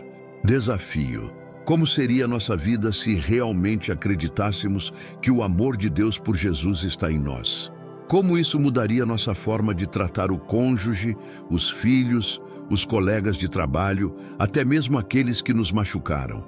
A oração sacerdotal de João 17 não é apenas um registro histórico do que Jesus orou há 2000 anos. É uma realidade presente.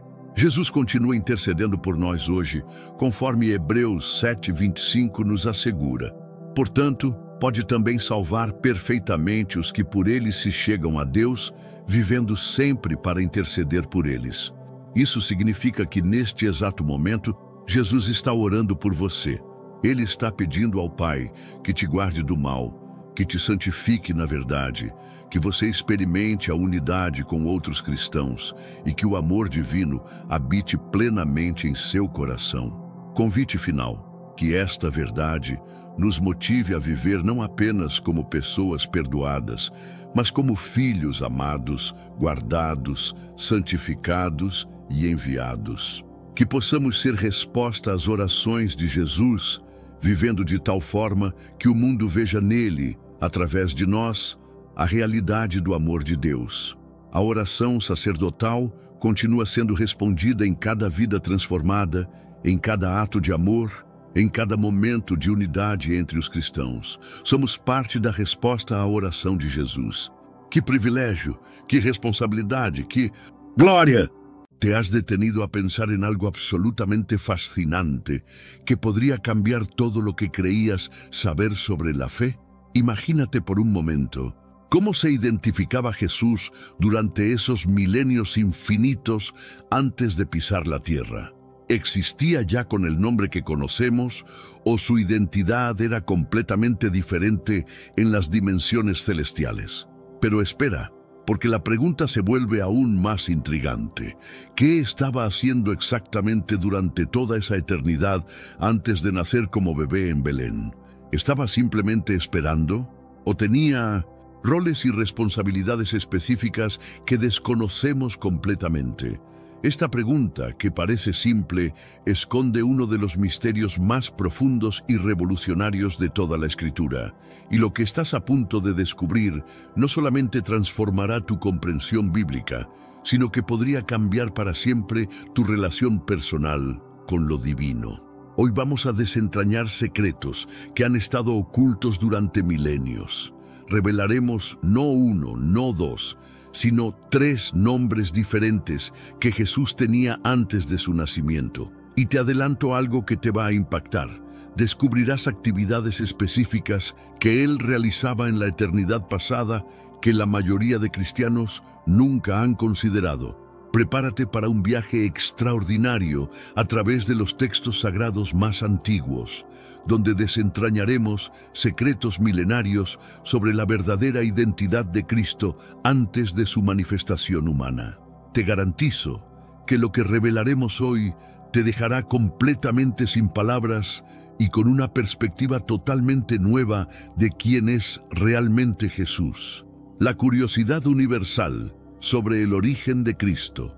A través de los siglos, la humanidad ha estado absolutamente obsesionada con preguntas fundamentales sobre Jesús que van mucho más allá de lo que la mayoría se atreve a preguntarse. ¿De dónde surgió realmente? ¿Cuántos milenios o tal vez billones de años lleva existiendo? ¿Cuáles eran sus actividades específicas en la eternidad pasada? Tenía conversaciones con el Padre, participaba en decisiones cósmicas, pero aquí viene algo que te va a sorprender. Aunque Cristo mismo proporcionó algunas respuestas a estos interrogantes durante su ministerio terrenal, las Escrituras están repletas de pistas extraordinarias que requieren una investigación detectivesca más profunda para ser completamente comprendidas. Y déjame decirte algo que cambiará tu perspectiva. La mayoría de cristianos leen la Biblia sin darse cuenta de que están pasando por alto referencias increíbles a la vida preencarnada de Jesús que están escondidas a simple vista. Iniciemos nuestro análisis con los fundamentos que todos conocemos. El nombre Jesús tiene sus raíces en el término griego Jesús, que deriva del hebreo Yeshua, cuyo significado es Yahweh es salvación. Hasta aquí, todo suena familiar, ¿verdad?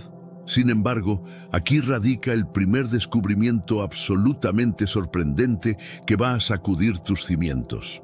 La existencia de Cristo no tuvo su origen en aquella noche sagrada en Belén, para nada. Las Escrituras nos revelan categóricamente que Él existía mucho antes de ese momento histórico en el pesebre. Pero no estamos hablando de unos pocos años antes, ni siquiera de siglos. Estamos hablando de eternidad sin principio. Entonces surge la pregunta crucial que nos va a ocupar hoy. ¿Bajo qué identidad era conocido en aquellos tiempos eternos? ¿Cómo lo llamaban en el cielo? ¿Qué nombres usaba el Padre para dirigirse a Él? La respuesta es aún más asombrosa de lo que tu mente puede imaginar en este momento. No poseía únicamente una identidad, sino 3 nombres distintivos completamente diferentes que revelan aspectos fascinantes de su naturaleza eterna. Y aquí viene la promesa que te hago. Si permaneces hasta el final de este video de 30 minutos, no solo conocerás estos 3 nombres secretos, sino que te explicaremos detalladamente cuáles eran las actividades específicas, los roles concretos y las responsabilidades exactas que Cristo realizaba durante esa época previa a su encarnación. Algunas de estas actividades te van a dejar absolutamente perplejo. El misterio del Logos, más que una simple palabra.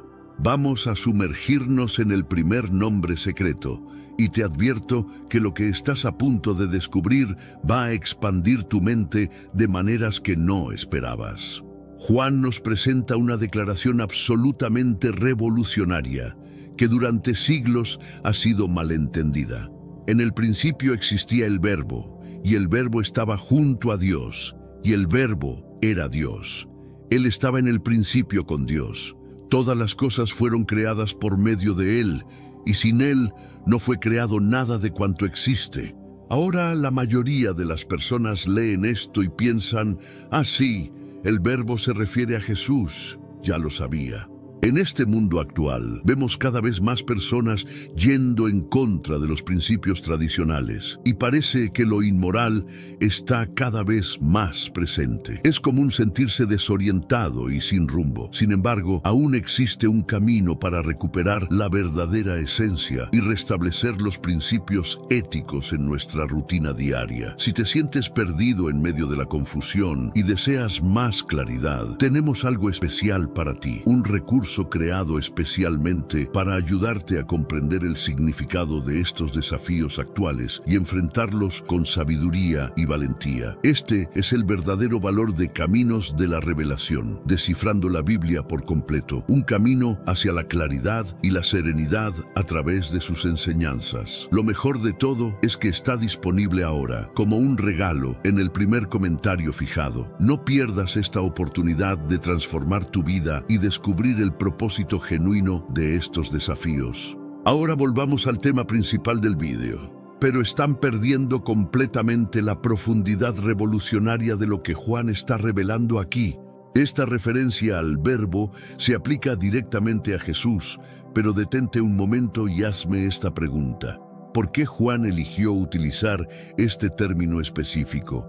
¿Por qué no simplemente decir Jesús desde el principio? ¿Por qué usar esta palabra misteriosa que necesita explicación? Aquí es donde la revelación se vuelve absolutamente fascinante y donde la mayoría de predicadores se quedan cortos en su explicación. En las culturas antiguas, los nombres poseían una profundidad de significado extraordinaria que nosotros en el mundo moderno hemos perdido completamente.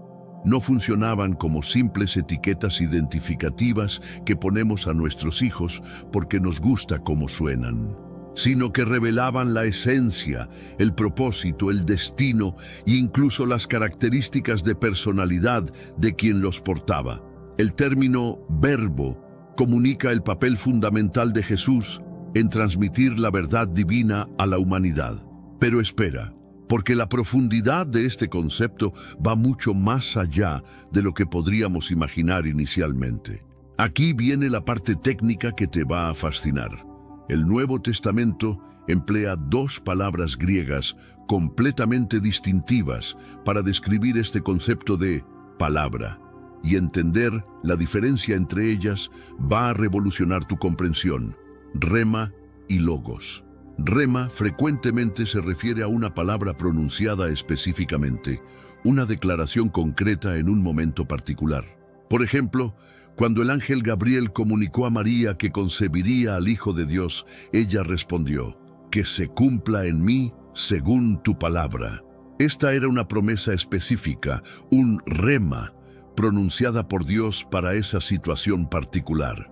Pero logos, y aquí es donde tu mente va a explotar, posee una dimensión mucho más profunda y cósmica. No representa meramente una palabra aislada o una frase específica. Es el mensaje completo, el plan maestro divino, la comunicación total de Dios, su sabiduría perfecta, su voluntad absoluta, todo condensado en una expresión. Es precisamente este término logos que Juan utiliza al iniciar su evangelio. En el principio existía el logos, y el logos estaba con Dios, y el logos era Dios. Aquí comenzamos a vislumbrar algo verdaderamente extraordinario que va a cambiar tu perspectiva para siempre. Esa palabra, ese mensaje completo de Dios al mundo, esa comunicación perfecta de su naturaleza y voluntad, se materializó en carne humana, se transformó físicamente en Jesús. Pero déjame llevarte aún más profundo en este concepto. En la filosofía griega antigua, logos representaba el principio racional que gobernaba el universo, la razón divina, la sabiduría que mantenía todo en orden. Juan tomó este concepto familiar para sus lectores y lo revolucionó completamente al declarar que este logos no era una idea abstracta, sino una persona real, Jesús. Permíteme hacerte una pregunta personal que quiero que consideres seriamente. ¿Alguna vez te has sentido completamente desconectado de Dios, como si fuera una fuerza distante e inalcanzable? Tal vez esta comprensión profunda del concepto de logos te ayude a experimentar una cercanía mayor con Él. Cuando Jesús caminó entre nosotros, no solamente impartía enseñanzas o realizaba milagros. Él era la comunicación viviente de Dios. Nos estaba mostrando directamente en carne y hueso la naturaleza exacta de Dios. Juan 14:9 declara algo revolucionario. El que me ha contemplado a mí, ha contemplado al Padre. ¿Te das cuenta de la magnitud de esta declaración? Dios ya no permanecía distante en algún cielo lejano. No era una conceptualización abstracta o una fuerza impersonal. Estaba presente físicamente entre nosotros, sanando a los enfermos, amando a los marginados, perdonando a los pecadores, consolando a los afligidos. Pero aquí viene algo que te va a impactar. Este no constituía su único nombre en la eternidad pasada.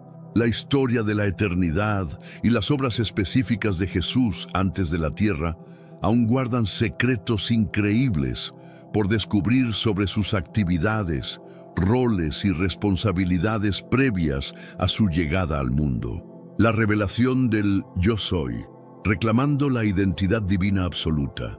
Ahora vamos a adentrarnos en el segundo nombre secreto de Jesús, y te advierto que esta revelación ha causado más controversia, más persecución y más intentos de asesinato en la historia que cualquier otra declaración religiosa jamás pronunciada. ¿Recuerdas el encuentro histórico y absolutamente sobrenatural entre Moisés y la zarza ardiente? Ese momento cambió no solo la vida de Moisés, sino el curso de toda la historia humana. En ese momento trascendental, Dios reveló su identidad a Moisés con las palabras más poderosas jamás pronunciadas, Yo soy, en Éxodo 3:14, donde declaró, Yo soy el que soy. Pero déjame explicarte la profundidad de esta declaración que la mayoría de personas pasa por alto completamente. Cuando Dios dijo, Yo soy el que soy, no estaba simplemente dando su nombre como nosotros decimos, me llamo Juan o me llamo María. Estaba declarando su existencia absoluta, su autosuficiencia completa, su eternidad sin principio ni fin. Estaba diciendo, mi existencia no depende de nada ni de nadie. Yo simplemente existo. Soy la fuente de toda existencia. Esta declaración era tan sagrada, tan poderosa, tan llena de autoridad divina, que los judíos desarrollaron una reverencia extraordinaria hacia ella. De hecho, consideraban este nombre tan santo que evitaban pronunciarlo en voz alta. Ahora, avancemos aproximadamente 1400 años hasta el Nuevo Testamento, específicamente a Juan 8:58, donde Jesús hace una declaración que literalmente sacudió los cimientos del mundo religioso de su época y que sigue siendo controversial hasta el día de hoy. Los fariseos le estaban preguntando sobre su edad, cuestionando su autoridad, tratando de desacreditarlo. Y entonces Jesús pronuncia palabras que los dejaron completamente pasmados. Antes de que Abraham existiera, yo soy. Detente un momento. ¿Captaste la magnitud absoluta de esta afirmación? ¿Entiendes lo que acababa de suceder? Jesús no dijo, antes de que Abraham existiera, yo existía, o yo estaba vivo, o yo era. No, él deliberadamente, intencionalmente, usó las mismas palabras exactas que Dios había usado para identificarse ante Moisés. Yo soy. Jesús estaba reclamando para sí mismo el nombre divino exclusivo de Dios. Estaba declarando que él poseía la misma naturaleza eterna, la misma autoexistencia, la misma autoridad absoluta que el Dios que se reveló a Moisés en la zarza ardiente. Esto significaba algo que era completamente escandaloso para sus oyentes. Jesús no era simplemente un maestro espiritual excepcional. No era solo un profeta poderoso, no era únicamente un hacedor de milagros. Él era y es Dios mismo en forma humana. Imagínate si alguien en la actualidad se parara frente a ti y declarara con total seriedad, soy eterno, he existido desde siempre, he creado todo lo que observas, soy la fuente de toda vida. Probablemente lo considerarías completamente loco, ¿verdad? Llamarías a los servicios de salud mental inmediatamente. Exactamente esa fue la reacción inicial de los fariseos, excepto que había una diferencia crucial. En esta situación, Jesús no estaba bromeando, No estaba siendo metafórico, y las evidencias de su poder divino respaldaban sus palabras. Ellos comprendieron perfectamente lo que él estaba proclamando. Al pronunciar "Yo soy", Jesús se estaba identificando como el Dios eterno, el mismo Dios todopoderoso que dialogó con Moisés, que separó el Mar Rojo, que dio los 10 mandamientos. Para ellos, esto constituía la blasfemia más grave imaginable, un crimen que, según la ley judía, se castigaba obligatoriamente con la muerte por lapidación. Su ira se desbordó completamente. No solo se sintieron profundamente ofendidos, estaban listos para ejecutarlo inmediatamente con sus propias manos. Juan 8:59 nos cuenta lo que pasó después. Entonces tomaron piedras para arrojárselas, pero Jesús se escondió y salió del templo. Estaban tan furiosos, tan convencidos de que había cometido blasfemia, que querían matarlo en ese mismo instante. Pero aquí viene algo fascinante. Ese no fue el único momento en que Jesús empleó esta declaración poderosa e incendiaria. De hecho, pronunció 7 declaraciones monumentales de "Yo soy" en el Evangelio de Juan, cada una revelando una faceta diferente de su identidad divina y cada una causando más controversia. Estas declaraciones no eran casuales. Eran revelaciones calculadas, progresivas, de quién era él realmente. Vamos a analizarlas una por una porque cada una te va a impactar de manera diferente. Primera declaración: yo soy el pan de vida. Juan 6:35. Jesús se presenta como el alimento espiritual que satisface las necesidades más profundas y eternas del alma humana. No estaba hablando de comida física, sino de la nutrición espiritual que solo Él puede proporcionar. Segunda declaración: yo soy la luz del mundo. Juan 8:12. Aquí Jesús se declara como la fuente de toda iluminación espiritual, el que disipa las tinieblas de la ignorancia, el pecado y la muerte, ofreciendo esperanza en medio de la oscuridad más densa. Tercera declaración: yo soy la puerta de las ovejas. Juan 10:7.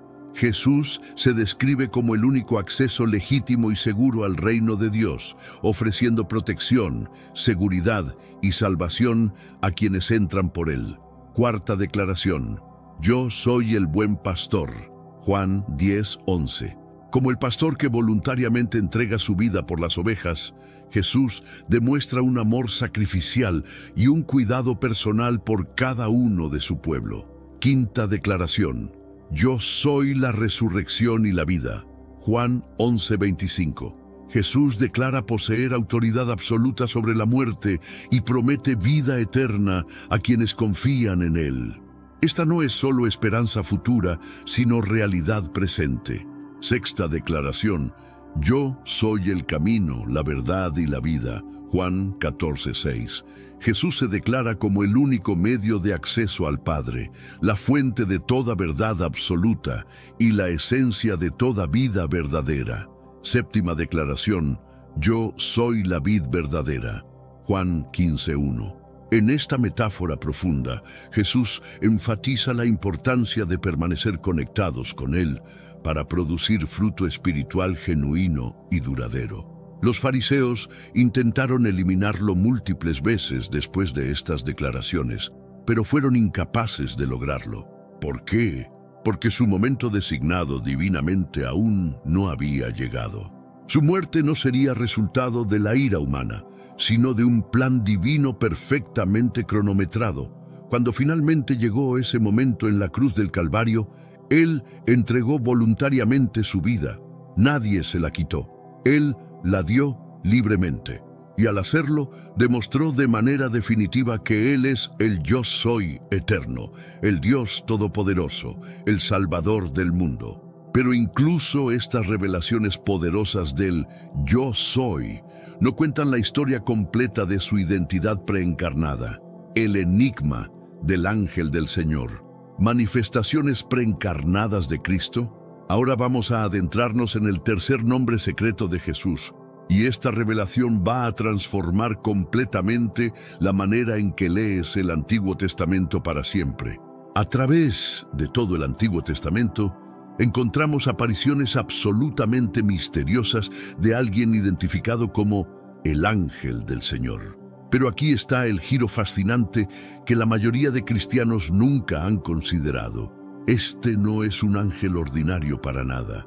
Este ángel del Señor era en realidad Jesús, apareciendo en manifestaciones preencarnadas, siglos antes de su nacimiento en Belén.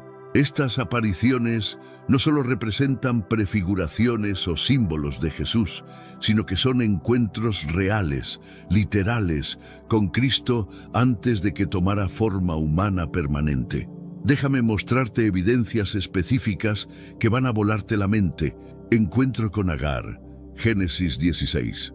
Cuando Agar huye al desierto, se encuentra con el ángel del Señor junto a una fuente de agua. Pero observa cuidadosamente lo que sucede. Este ángel no solo habla en nombre de Dios, sino que habla como Dios, usando pronombres en primera persona. Le dice: multiplicaré tanto tu descendencia que no podrá ser contada. ¿Desde cuándo un ángel creado tiene autoridad para hacer promesas de multiplicación? Solo Dios tiene esa autoridad. La prueba de Abraham, Génesis 22. Cuando Abraham está a punto de sacrificar a Isaac, el ángel del Señor lo detiene. Pero nuevamente, este ángel habla como si fuera Dios mismo. Por mí mismo he jurado, dice Jehová. Un ángel creado jamás juraría por sí mismo en nombre de Dios. Solo Dios puede jurar por sí mismo. Jacob luchando, Génesis 32.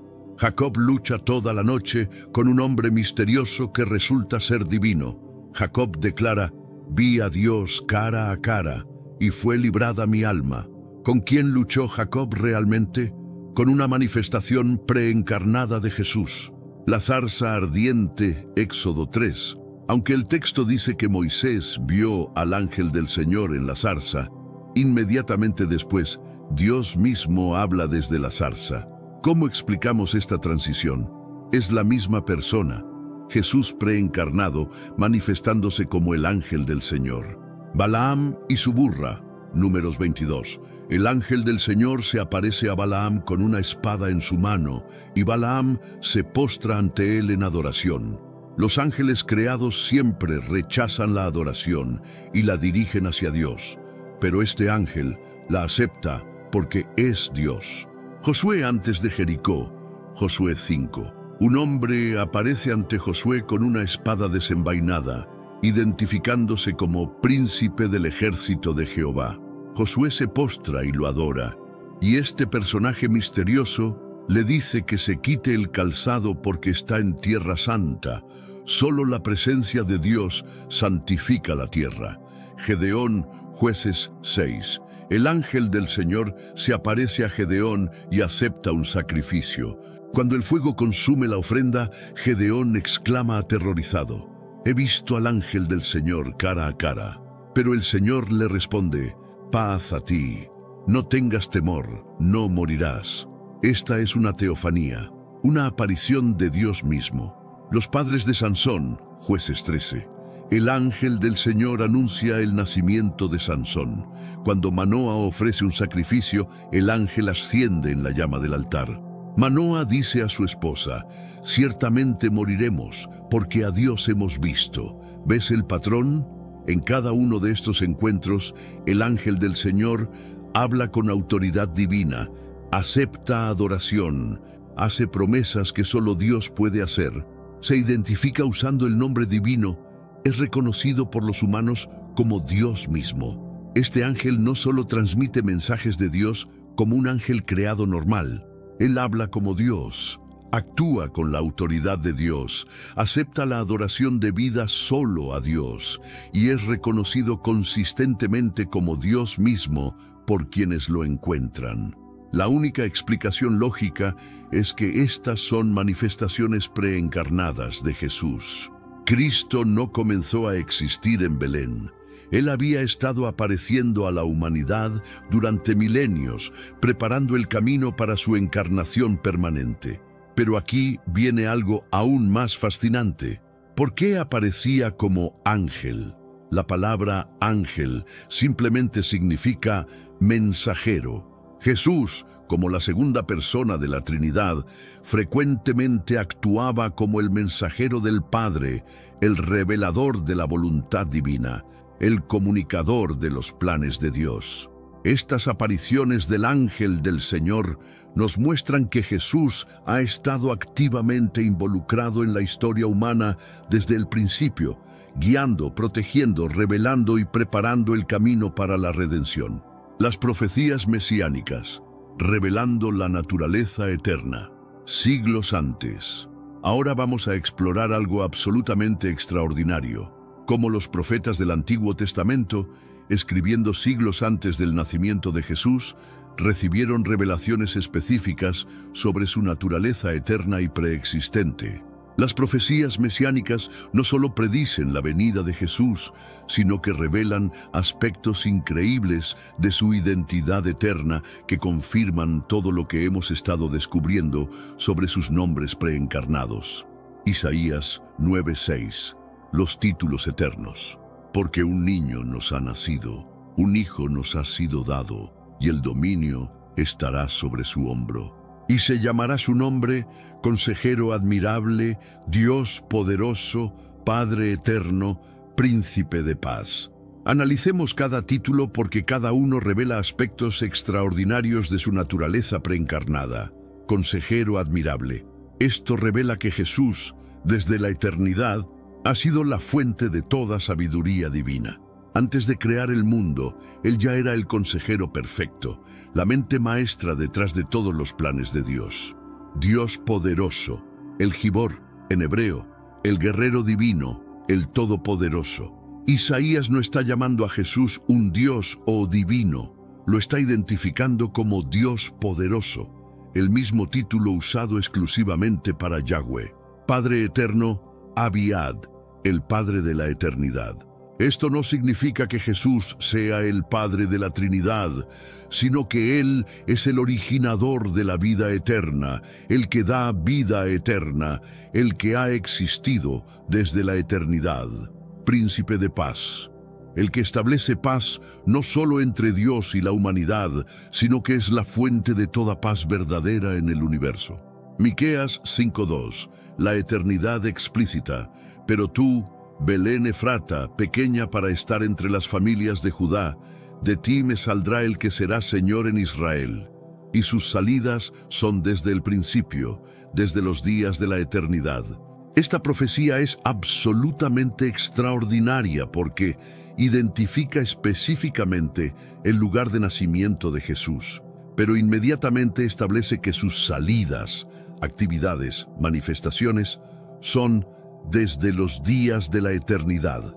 Confirma que aunque nacería en Belén, su existencia y actividades se extienden hacia atrás en el tiempo sin principio. Daniel 7:13-14. El Hijo del Hombre Eterno. Miraba yo en la visión de la noche, y he aquí con las nubes del cielo venía uno como hijo de hombre, que vino hasta el anciano de días, y le hicieron acercarse delante de él. Y le fue dado dominio, gloria y reino, para que todos los pueblos, naciones y lenguas le sirvieran. Su dominio es dominio eterno, que nunca pasará, y su reino uno que no será destruido. Daniel ve a alguien que es llamado Hijo de Hombre, título que Jesús usó constantemente para sí mismo, recibiendo un reino eterno del anciano de días. Esto muestra una escena celestial eterna donde Jesús ya tenía posición y autoridad divina. La oración más reveladora de Jesús, Juan 17. En Juan 17 encontramos la oración más profunda y reveladora que Jesús jamás pronunció públicamente. Esta oración constituye mucho más que una conversación íntima con su Padre Celestial. Es una ventana extraordinaria hacia la relación eterna entre el Padre y el Hijo que existía mucho antes de la creación del mundo. Jesús ora por su glorificación, pero escucha cuidadosamente, no de manera egoísta o ambiciosa. Su deseo de ser glorificado está perfectamente conectado con la glorificación del Padre, en un plan eterno de amor y redención. Jesús declara en Juan 17, 1-5, Padre, ha llegado la hora. Glorifica a tu Hijo para que tu Hijo te glorifique a ti, así como le has dado autoridad sobre toda carne para que otorgue vida eterna a todos los que le has dado. Y esta es la vida eterna, que te conozcan a ti, el único Dios verdadero, y a Jesucristo, a quien has enviado. Yo te he glorificado en la tierra, completando la obra que me encomendaste realizar. Ahora, Padre, glorifícame junto a ti con la gloria que compartía contigo antes de que el mundo existiera. ¿Captaste esa frase final? La gloria que compartía contigo antes de que el mundo existiera. Jesús está hablando de una gloria preexistente, de una relación íntima, de una posición que Él tenía con el Padre antes de que cualquier estrella brillara, antes de que cualquier planeta existiera, antes de que el tiempo mismo fuera creado. Este pasaje revela algo extraordinario, la gloria compartida entre el Padre y el Hijo desde la eternidad. Una relación de amor perfecto que existía antes de la creación. Un plan conjunto para la redención que fue concebido en la eternidad pasada. La evidencia clara de que Jesús no fue un ser creado, sino que siempre ha existido en unidad perfecta con el Padre Jesús como agente activo de la creación. El apóstol Pablo, en Colosenses 1:16-17, nos revela algo que debería cambiar completamente nuestra perspectiva sobre quién es Jesús. Porque en Él fueron creadas todas las cosas que están en los cielos y en la tierra, visibles e invisibles, sean tronos, dominios, principados o autoridades. Todo fue creado por medio de Él y para Él.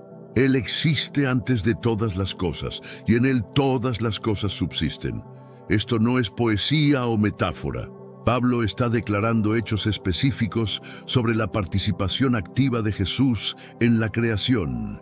En Él fueron creadas todas las cosas. Jesús fue el agente activo de la creación. Todo fue creado por medio de Él. Él fue el instrumento divino utilizado y para Él. Él fue también el propósito final de la creación. Él existe antes de todas las cosas. Su preexistencia es absoluta. En Él todas las cosas subsisten. Él mantiene activamente el universo en existencia. Imagínate, cuando contemplas una puesta de sol, estás viendo la obra de las manos de Jesús. Cuando observas las galaxias a través de un telescopio, estás contemplando su creatividad. Cuando estudias la complejidad de una célula, estás admirando su ingeniería divina. Hebreos 1:2-3 lo confirma.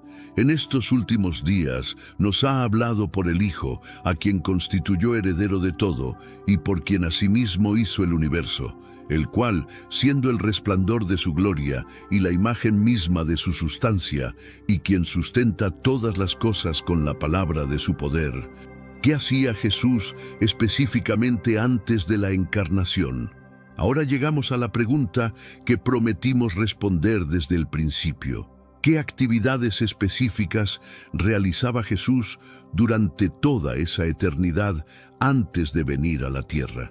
Basándonos en las Escrituras, podemos identificar al menos 5 roles específicos. 1. Participación en los consejos divinos. Jesús participaba activamente en las decisiones eternas de la Trinidad. El plan de redención no fue una idea de último momento después de la caída del hombre. Fue concebido en la eternidad pasada con la participación completa del Hijo. 2. Revelación progresiva. Como hemos visto, Jesús se manifestaba como el ángel del Señor, revelando gradualmente la naturaleza de Dios a la humanidad y preparando el camino para su encarnación completa. 3. Mantenimiento del universo. Colosenses nos dice que en Él todas las cosas subsisten. Esto significa que Jesús ha estado activamente sosteniendo el universo, manteniendo las leyes físicas, preservando la vida. 4. Intercesión eterna. Aunque su papel como sumo sacerdote se hizo evidente después de su sacrificio, su corazón de intercesión y mediación existía desde la eternidad. 5. Relación de amor con el Padre. Juan 17 nos da una ventana a una relación de amor perfecto, comunicación constante y gloria compartida que existía desde antes de la fundación del mundo. En el libro de Apocalipsis, Juan recibe una visión extraordinaria que nos muestra a Jesús en su majestad celestial completa, revelando cómo apareció antes de su encarnación y cómo aparece ahora en su gloria restaurada. Apocalipsis 1:13-18 describe: y en medio de los 7 candeleros, a uno semejante al Hijo del Hombre, vestido de una ropa que llegaba hasta los pies y ceñido por el pecho con un cinto de oro. Su cabeza y sus cabellos eran blancos como blanca lana, como nieve, sus ojos como llama de fuego, y sus pies semejantes al bronce bruñido, refulgente como en un horno, y su voz como estruendo de muchas aguas. Tenía en su diestra 7 estrellas, de su boca salía una espada aguda de 2 filos, y su rostro era como el sol cuando resplandece en su fuerza. Cuando le vi, caí como muerto a sus pies. Esta visión extraordinaria nos revela: